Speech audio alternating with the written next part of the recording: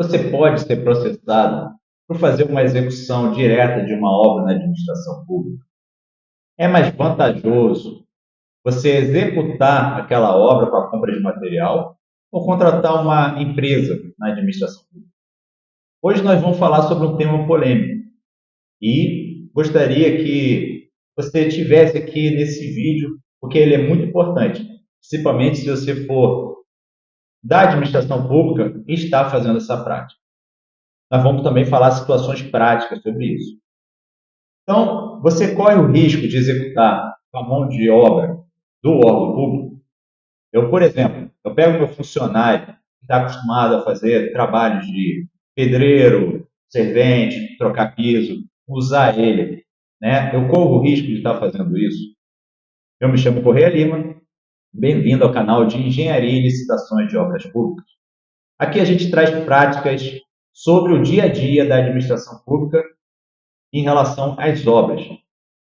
Se você gosta desse tipo de conteúdo, aproveita para se inscrever no nosso canal. E faz agora, não deixa para depois não, ok? Até o final desse vídeo nós vamos colocar dicas práticas e como você consegue evitar problemas jurídicos com essa prática. Então fica comigo até o final. Vamos lá. Alguns órgãos públicos adotam principalmente a execução direta de alguns serviços de engenharia ou de até obras, no lugar de fazer uma contratação de uma empresa por meio de licitação. Então, vamos dar um exemplo aqui. A administração pública recebe recursos para aquisição de material de construção, ela adquire aquele material de construção, então ela pode fazer de duas formas. Uma, ela pode usar o próprio agente público, que tem uma experiência como pedreiro, servente, e mandar fazer alvenaria, fazer chapicho, pintura, trocar piso, ou ele poderia contratar uma empresa somente para executar aquele serviço. Normalmente, a natureza de despesa do crédito utilizada de forma até manutenção é a MD 339030 ou até a 449030. A 33, o grupo 3 que a gente fala, que é 33 no início, ele é voltado para a manutenção. E a 44, ela gera patrimônio, normalmente é utilizado em obras. Você pode ter um problema, os seguintes problemas. Você pode ter uma denúncia. Por exemplo, você usa aquela pessoa para fazer aquele serviço, só que aquela pessoa não foi contratada na administração pública para executar aquele serviço, normalmente, né? O funcionário. Então, ele se sente chateado, então fica revoltado com a pressão, e ele acaba denunciando aquela situação para o órgão de controle. Então, você vai ser auditado e vai verificar como você utilizou aquele material, se usou o material da forma correta, se aquele material foi aplicado em outra finalidade, não aquela, e você poderá ter problema. Você também não faz uma verificação do valor total da obra, porque você acaba não analisando o valor dos gastos com os salários dos empregados que estão sendo utilizados no serviço. Então, inicialmente, parece ser vantajoso para você, da administração pública, utilizar aquele empregado para executar aquela obra. Só que você não analisa o salário dele. Quanto que está custando, né, o salário dele para aquela obra como um todo? Será que não vale a pena eu contratar uma empresa para executar? Será que o desconto dado na licitação de uma empresa para realizar aquele serviço com entrega de material não é mais vantajoso para a administração pública do que eu aplicar o meu funcionário naquele serviço? A falta de registro também dos serviços, como fotos, memória de cálculo dos serviços executados, pode levar a problemas lá na frente, numa possível auditoria. Então, você precisaria fazer um orçamento completo daquela obra que você, daquele serviço de engenharia que você pretende realizar. Depois você deveria gerar uma curva de insumos, aí sim acompanhar a execução pelo orçamento. Então, cada etapa da minha execução, eu vou fazer o orçamento, vou gerar os insumos para verificar quanto de insumos eu já foi utilizado, para então justificar uma utilização a mais ou a menor daquilo. Por quê? para você evitar, numa auditoria, você não saber explicar a quantidade de material empregado naquele serviço. Se você está gostando do vídeo até agora, esse é o momento para você deixar aquele like. Clica aqui. Vamos começar um exemplo prático disso. Tá? Eu vou trocar um piso de uma sala de 5 por 5 metros, né? 25 metros quadrados. Você colocaria no programa, essa seria a forma correta, tá, pessoal?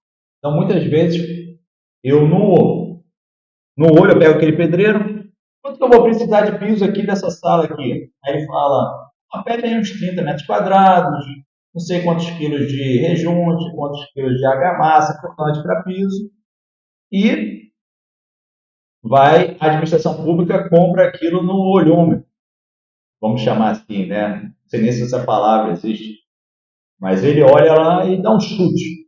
Então ele dá um chute de quantidade de tubo, quantidade de tijolo, de argamassa, de cimento, areia, por aí vai. Okay? E não necessariamente aquele chute está correto. Então, e qual é que vai ser feita uma auditagem daquilo? Ele vai colocar, provavelmente o auditor vai colocar no programa de orçamentação todos os serviços que foram executados e vai gerar uma curva de insumos e vai comparar com o que foi comprado, o que foi gasto. Se houver diferença, né, ele provavelmente vai ser considerado um dano erário pelo pagamento daquilo, ou houve uma má utilização, ele poderá também receber multa. O funcionário que mandou fazer aquele serviço, né, ou, na maioria das vezes, o ordenador de despesa, ou se a organização tiver um fiscal administrativo que cuida daquela situação. Voltando ao nosso exemplo, né, eu vou então pegar aquele serviço e vou colocar no programa de orçamento. Normalmente eu vou utilizar, talvez, se for do órgão federal, eu vou utilizar a composição preferencialmente do SINAP. Né? Eu posso usar, por exemplo, um programa tipo Orça Fácil, o serviço da execução de piso cerâmico com a quantidade de 25 metros quadrados. Vou gerar uma curva de insumo, então eu vou adquirir aquela quantidade de material previsto naquela curva de insumo. Algumas composições não teriam todos os materiais para aquele serviço. Então, pode gerar um problema lá na frente. Durante a execução, eu tenho que comprar material através de dispensa para evitar que aquele serviço paralise. Okay? Isso poderia levar a um atraso na minha entrega daquele serviço da administração pública. A execução direta é realmente mais barata que a contratação da empresa? Quanto deveria ser o valor da execução direta? Vamos dar um exemplo aqui. Um orçamento final de uma obra teria aproximadamente os seguintes elementos. Eu teria o BDI, que normalmente na faixa de 27% a 30%. A mão de obra, tirando o BDI, representaria 40%. E de material, 60%. Normalmente seria isso. Então vamos considerar um orçamento de 100 mil. Eu vou colocar aqui na tela aqui para ficar mais fácil a visualização dos senhores. Okay? Então, vamos lá aqui. Aquele exemplo que eu estava dando. Considerando o orçamento de 100 mil, teríamos BDI de 30 mil. Então, o meu orçamento sem BDI ficaria na faixa de 70 mil. Desse aqui, 70 mil, o material seria 60% e seria em torno de 42 mil. Considerando que o desconto de licitação de 25%, nós teríamos, então, uma obra de execução direta que deveria custar, no máximo, 31.500, que representaria 31,50% do meu orçamento total, né, completo da minha licitação. Então, se eu estiver pagando mais do que isso, a administração pública deveria pensar: é vantajoso eu fazer uma execução direta ou não? Ou é mais vantajoso eu contratar uma empresa para executar aquele serviço? Mas tem uma situação que vale a pena eu fazer a execução direta. Qual a situação é essa? Quando são pequenos serviços de reparo. Por exemplo, às vezes eu tenho uma emergência. Seria aquele, eu coloco como aquele seguro residencial, onde você liga para o encanador, estourou o encanador, você liga para o seguro residencial. Ah, me manda aqui um encanador que estourou aqui. Ele vai lá e faz o reparo da tubulação.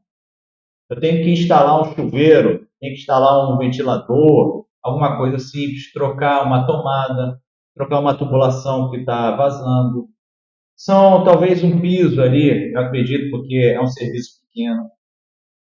Então, nesses casos, é interessante utilizar a mão de obra da administração pública, que são pequenos serviços. Fora disso, eu não vejo muito como vantajoso, a não ser se você tiver um controle rigoroso do que está fazendo. Você deveria. Então, lembre-se, essa aqui é a dica principal se você for mesmo adotar esse tipo de serviço. Você tem que fazer um orçamento completo de tudo que você vai fazer. Gera uma curva de insumos. Essa curva de insumos vai balizar toda a sua obra, todo o seu serviço de engenharia. É importante que você tire foto, detalhe cada processo do serviço e deixe um documento arquivado para se você tiver uma auditoria lá na frente.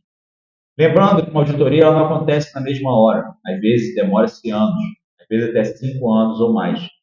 E você poderá ser cobrado uma coisa que você não lembra mais. Esses arquivos com você, funcionário público, é muito importante. O ordenador de despesa, tome cuidado, ok? Agora eu vou te pedir para compartilhar esse vídeo com algum conhecido seu, para que ele evite um processo jurídico, né, e evite uma auditoria. A falta de conhecimento pode gerar problemas financeiros para ele, através de pagamentos de advogado, multas e até ser cobrado um dano honorário por mais boa vontade que ele tenha tido em realizar aquele serviço. E também ajuda o nosso canal a crescer, não é mesmo? Desejo para você um ótimo dia e um grande abraço. Tudo de bom, meu amigo e minha amiga.